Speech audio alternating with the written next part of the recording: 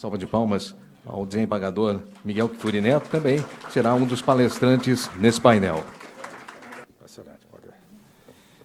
Pessoal, boa tarde. Boa tarde, professor Eros e professora Fernanda, que formulou esse convite. Eu peço perdão. Eu anotei na minha agenda que era às 14. Saí desde as 13, já estou lá disponível, né? Então, vocês me perdoem aí o atraso. Fico muito feliz de estar aqui na Faculdade Pequeno Príncipe. E até outro engano, né? Você vê que eu estou totalmente por fora. Pensei que era por videoconferência, não sabia que era presencial o encontro.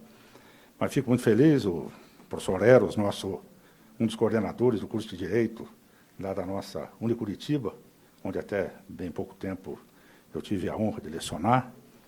A professora Fernanda, que é a nossa coordenadora do curso de pós-graduação e especialização lá da PUC, e antiga coordenadora também lá no Unicuritiba, desse curso de Direito Médico. E ela me pediu que falasse algumas palavras aos senhores aí sobre o tema, né, sobre responsabilidade civil médico-hospitalar.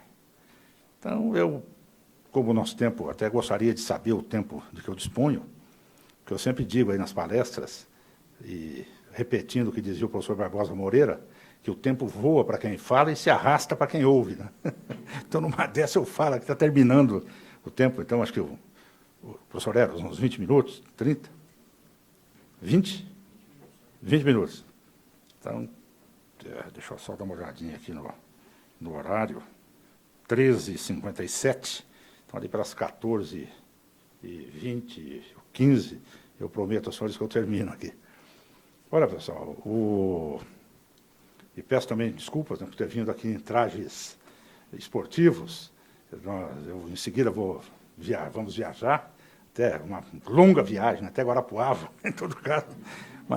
E daí para de terno, viajar de terno ia ser um negócio muito chique, né, para ir para Guarapuava. Então, viemos aí em trajes esportivos. E quando eu vinha para cá, eu lembrava um episódio de um poeta romântico chamado Laurindo Rabelo, que, por sinal, era médico. Médico, professor e poeta. E era apelidado, né, de poeta lagartixa, que ele era muito magrinho, mas era uma inteligência, né, e declamava muito bem, tinha uma bela voz. Só que tinha um detalhe, ele só tinha um terno. Então, o coitado do terno dele já estava tudo puído, né, aqui no cotovelo, aquele terno velhinho. E uma dama da alta sociedade promoveu um sarau litero-musical e convidou o Laurindo Rabelo, que ele fazia uma bela figura, né, falando, um sujeito muito culto. Só que ela deu assim uma mensagem velada para ele, dizendo, olha, seria interessante que você comparecesse com um terno novo, né, ou pelo menos mandasse o terno para a lavanderia. E no dia do sarau, todo mundo esperando, dali a pouco chega o entregador da lavanderia com um terno bem dobradinho e um bilhete. Aí vai o Laurindo. Se o problema é a roupa, né? Então está indo a roupa aí. Então, só para quebrar meu galho aqui, me desculpar com os senhores. Olha, pessoal, eu pensei, a professora Fernanda me deixou à vontade, falou, olha, pode abordar algum tema aí que julgue pertinente.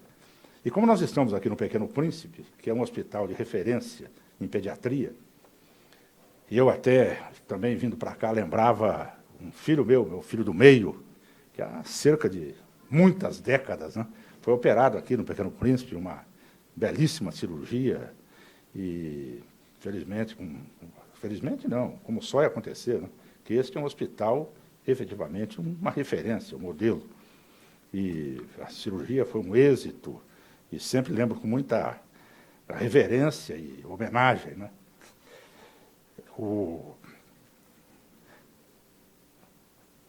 Essas lembranças da criançada, né?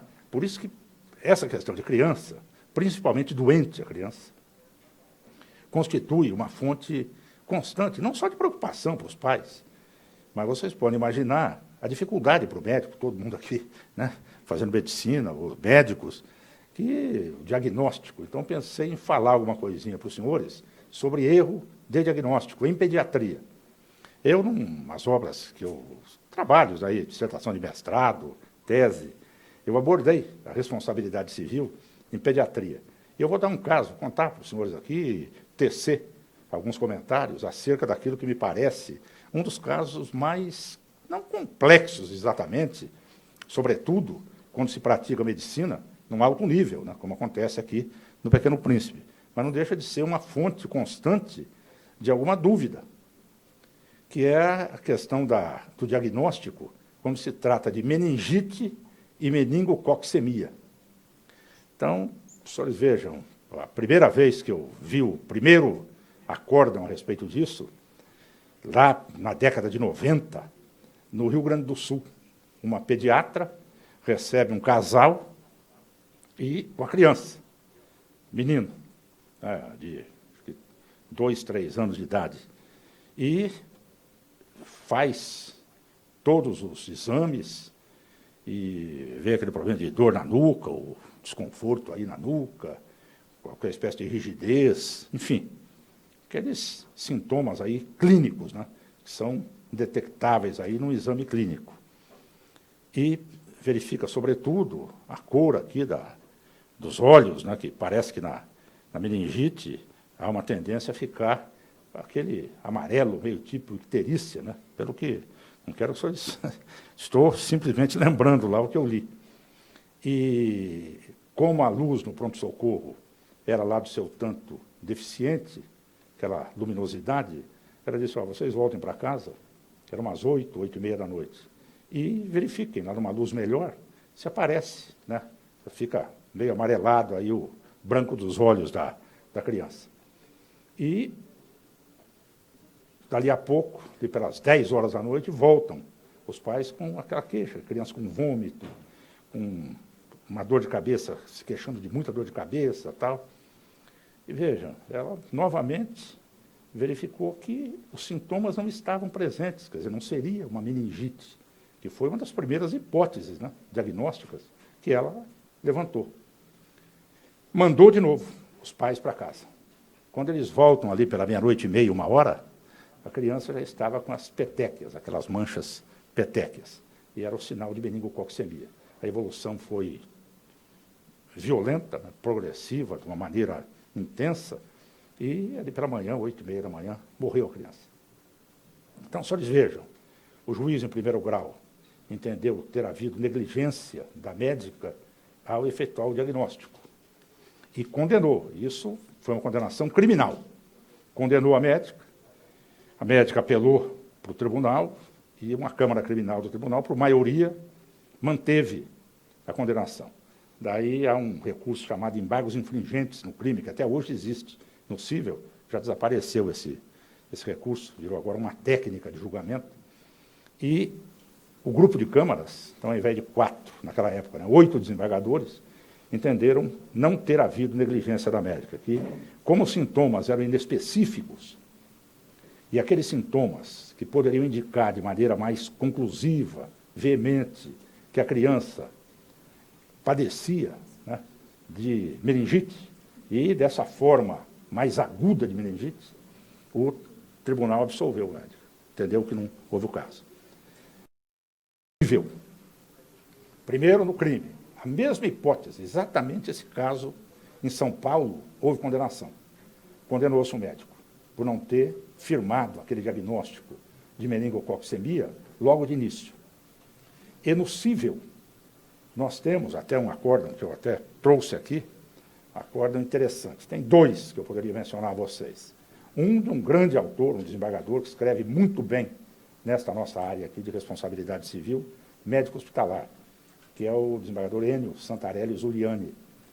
Ele já por 2 vezes apreciou essa matéria e ele entende que é aplicável uma teoria, que tem aquela teoria da perda de uma chance, dizendo que o médico, ao não efetuar o diagnóstico correto e tempestivo, quer dizer, no tempo certo, ele subtraiu pelo menos uma chance de sobrevivência da criança. E há um outro acórdão, não relatado por ele, até esse que eu tenho aqui no iPad, em que aconteceu o seguinte: o primeiro médico, ele demorou, e quando os sintomas da meningococcemia apareceram, no hospital de referência, né, em São Paulo, que tratamento eles deram? Eu confesso aos senhores que eu nem sabia disso, né? eles amputaram as extremidades, a perna abaixo dos joelhos, os braços e o nariz da criança. Eu acredito que essa infecção, né, porque a meningite é uma infecção para evitar a propagação da infecção e matar a criança sobreviveu. E nesse caso se entendeu que também o médico, naquela circunstância, ele não teria obrigação de acertar o diagnóstico.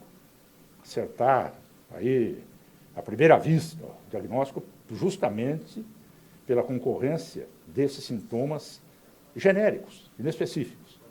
E aplicaram a teoria da perda de uma chance, mas que ele teria descurado de alguma providência que poderia ter indicado a meningococcemia. E dada a progressão violenta da doença, não se pode afirmar com certeza que a criança, ainda que houvesse o diagnóstico, ela sobreviveria. No caso, sobreviveu, mas sobreviveu com essas amputações. E o tribunal resolveu, pela perda de uma chance, combinar uma indenização de R$45 mil para a família da criança por essas amputações, essas lesões que a criança sofreu. O problema do diagnóstico, principalmente em criança, e sobretudo em criança de tenra idade, é que ela não tem como se comunicar com o médico.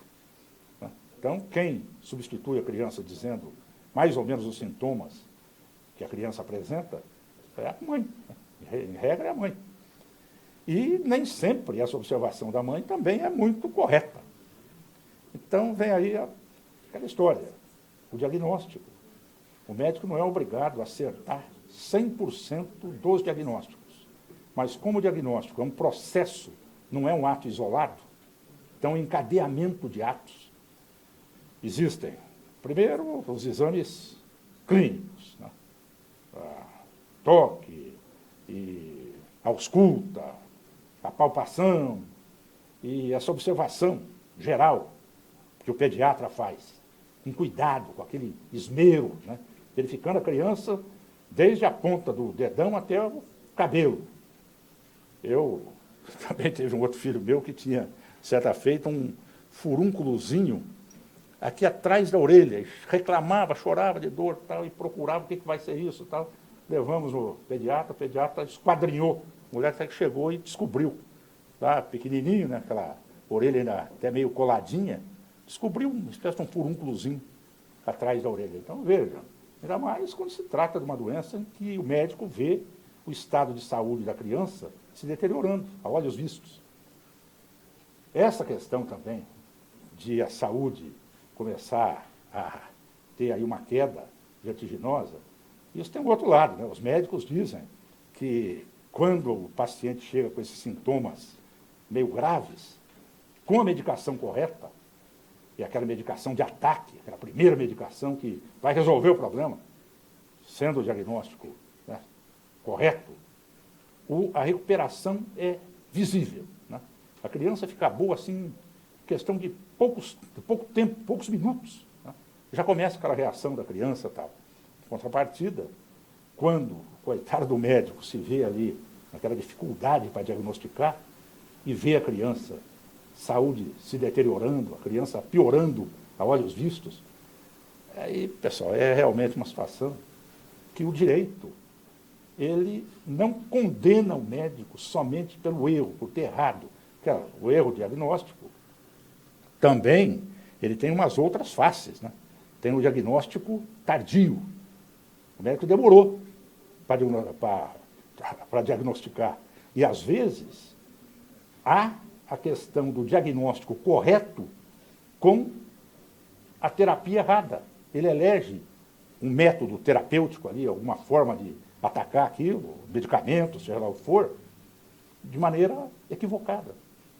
Então, vejam como depende muito desse primeiro momento do diagnóstico, como eu dizia aos senhores, é um encadeamento, é uma sucessão de atos, é um processo, o diagnóstico. Então, por que o médico será responsabilizado? Não pelo erro, porque ele não é obrigado a acertar 100% dos diagnósticos, a menos que o erro seja crasso, um erro que qualquer outro médico no lugar dele não cometeria. E aquele médico cometeu. E sempre o direito examina o ato em si. Ele não examina, por exemplo, o médico pode ser um professor doutor aí, da melhor faculdade de medicina, trabalha no melhor hospital, mas naquele caso, então, o direito examina o caso concreto, aquele caso específico que é posto sob julgamento. E lá, às vezes, se revela esse equívoco, né, na conduta diagnóstica. Então, essa conduta que o direito vai examinar. É claro, vai examinar de que maneira? O juiz, ele é leigo em medicina. Eu, por exemplo, nunca estudei, só leio os acórdons aí e tal, e a gente vai assimilando que aí, nós aqui da área do direito, como também o médico, né, tem essa facilidade para memorizar. E, veja, o médico memorizar sintomas. Hoje até a inteligência artificial está fazendo isso aí muito bem, né? Só que, na verdade, nada substitui o homem. Ele vai acumulando aquelas informações, processa essas informações e aplica aí em casos concretos. Mas no direito é o seguinte, a gente vai sempre julgar com apoio num laudo pericial. Então, vem lá um médico, que é da confiança do juízo, que ele designa como perito judicial. Se vocês terem uma ideia da importância desse perito, a ele se aplicam as mesmas causas de impedimento e suspeição que são aplicáveis ao juiz. Então, ele atua ali como um verdadeiro juiz, só que o juiz é o peritus peritorum. Quer dizer, o juiz não está obrigado a acatar o laudo. Se ele tiver razões com apoio naquilo que tem nos autos, prontuários, documentos, literatura médica, depoimentos testemunhais, tudo que você pode imaginar como prova. Eventualmente, o juiz pode julgar contra o laudo pericial. É raro, não acontece a todo momento. Principalmente aquele laudo pericial bem feito, bem elaborado, né, que responde efetivamente aos quesitos elaborados pelos advogados. E as partes indicam assistentes técnicos, que também vão verificar se tanto o assistente técnico do autor, que é a vítima, ou família da vítima, quanto do demandado, que é o hospital ou o médico, ou ambos, né, no polo passivo, vão dizer, olha, esse laudo está equivocado por isso, por aquilo. E o juiz, nesse contexto, ele decide. É evidente, pessoal, que é difícil. Há casos, por exemplo, já desse aí o tribunal julgou um caso em que houve demora no diagnóstico também de uma criança.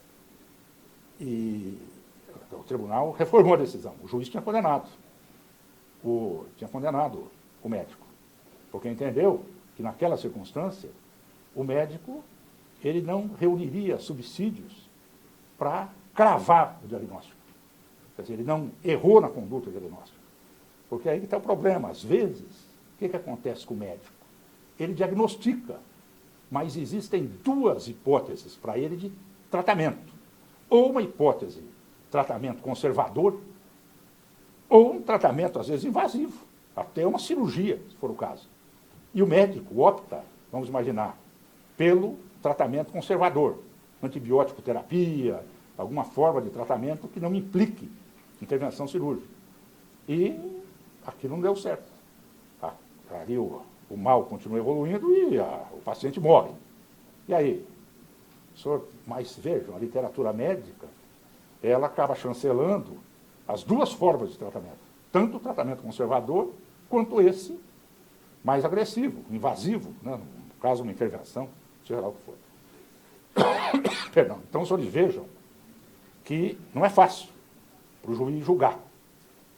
Até eu brinco, né, que a gente começa a ler muito esses acórdons, ver aí laudos periciais e tal, e de vez em quando quer dar um palpite. Mas vejam, o direito ele não resolve intrincadas questões científicas. Aquilo que nem a medicina tem consenso quanto a um determinado aspecto, não é o direito que vai formar esse consenso. Quer dizer, através dos julgadores que são leigos, não são médicos. Então, vejam, por isso que tem uma história também daquele pintor grego, Apelles, né?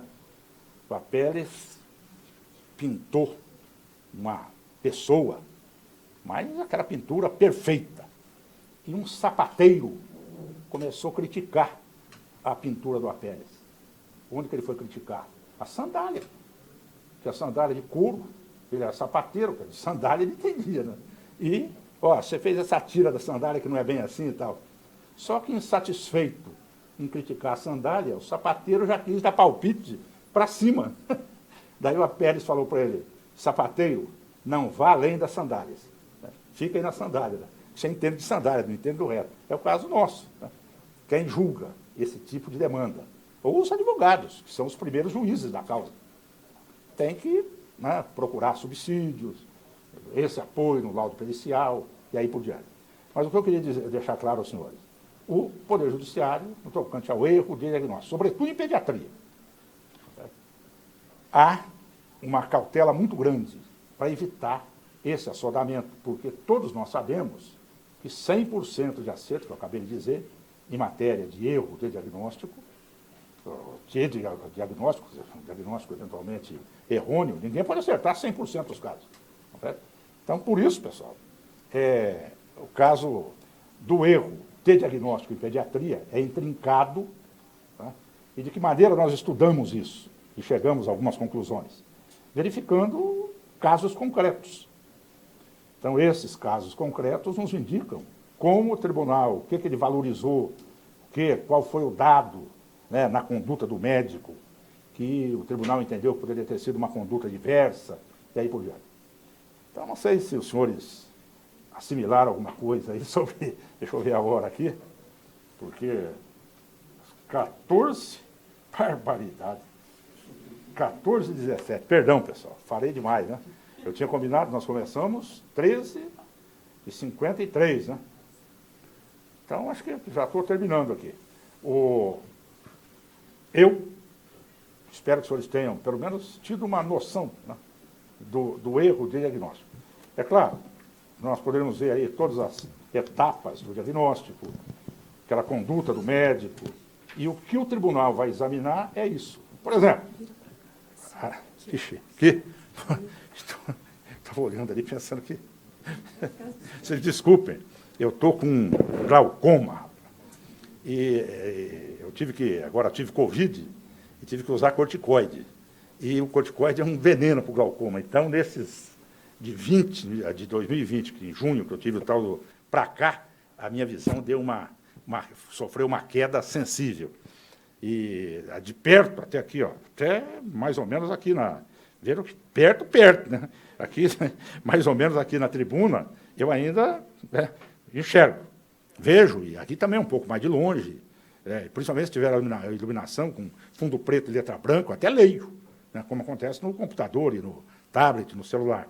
Mas a visão está complicada. Então, vocês me perdoem. Eu falando para a parede aqui, daí é dose. Desculpe. Devia ter avisado antes, né, Marisa? E o cara ainda tem aquela mania de culpar alguém, né? Mas, pessoal, acho que vocês entenderam? Vejam. Então, tem um exame de laboratório, por exemplo, que é um exame obrigatório. Então, para se firmar qualquer certeza diagnóstica, nós temos que passar obrigatoriamente por aquele exame. Se o médico não realiza o exame, ele efetivamente pecará nesse processo diagnóstico. Então, na sua conduta diagnóstica. E é isso que o tribunal verifica. Veja, não é nada a ferro e fogo, como se houvesse um protocolo que tem que se cumprir aquele protocolo, arrisca, um checklist, né? Então, A, B, C, D, E.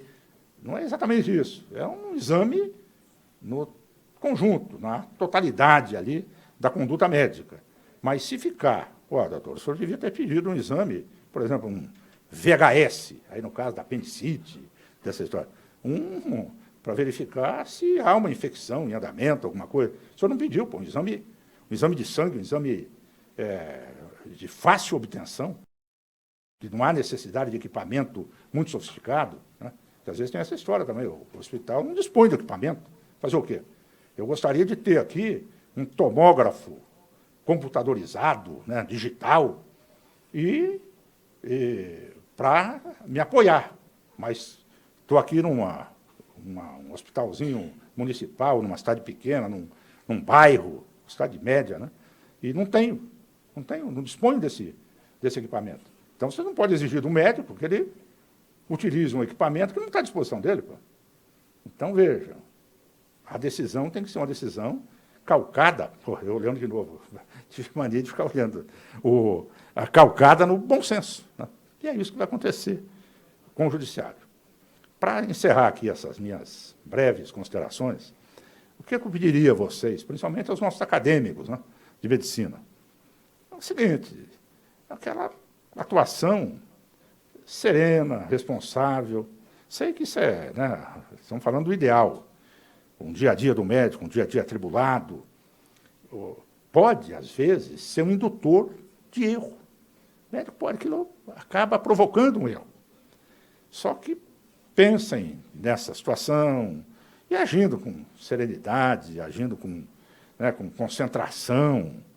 Eu acredito que, e sobretudo com aquele respeito ao paciente, né, que é o destinatário de todo o nosso trabalho aí na área de saúde, então eu acho que vocês não terão grandes problemas aí de ter que se defrontar com o labor dos tribunais, né? Que o tribunal é um labor posterior. Ele só vai verificar toda a situação ideal, depois que aconteceu.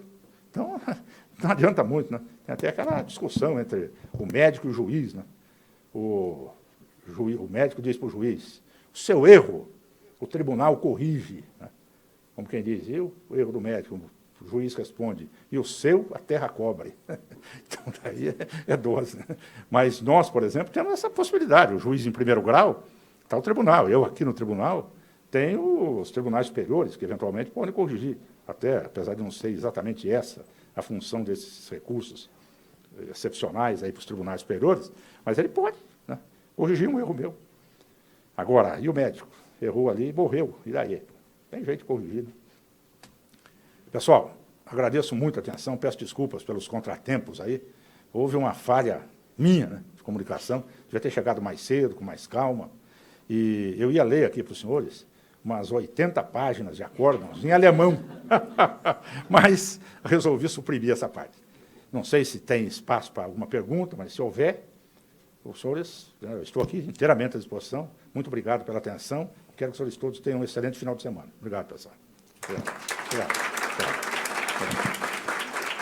Desembargador Kfouri, muito obrigado pela sua presença, brilhantando o nosso evento. Infelizmente, dado o horário, nós não iremos abrir para perguntas, mas posteriormente nós podemos encaminhá-las. Eu só gostaria de fazer um adendo antes da sua fala, professor Eros. Eu vejo que muitos aqui são do primeiro período da Faculdade de Direito e talvez não tenham visto o professor Kfouri nos corredores do Unicuritiba, talvez não tenham assistido às suas sessões. Se o professor Kfouri não tivesse batalhado tanto pelo direito médico, não tivesse estudado tanto, não tivesse fornecido tanta jurisprudência, tantos livros, nós certamente não estaríamos aqui. Nós devemos muito, e talvez a nossa presença aqui por completo seja devida a este homem que hoje nos brindou com as suas palavras. Então, desembargador, muito obrigado em nome da nossa Faculdade de Direito de Curitiba. Muito obrigado. Obrigado. Senhor Eros, como Voltaire, voltamos. Ele passa a